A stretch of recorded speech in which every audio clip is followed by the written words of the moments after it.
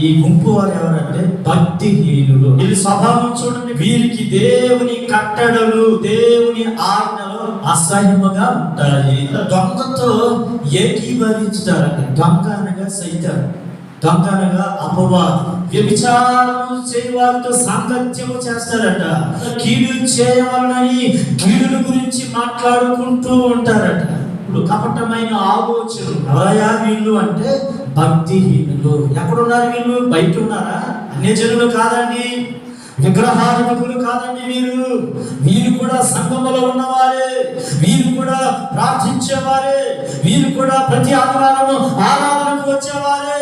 ఇలాంటి వారు భక్తిహీనులు అని చెప్పబడుతుంది. భక్తిహీనులు అంటే భక్తిలో ఉన్న శక్తిని ఆశ్రయించని వారు.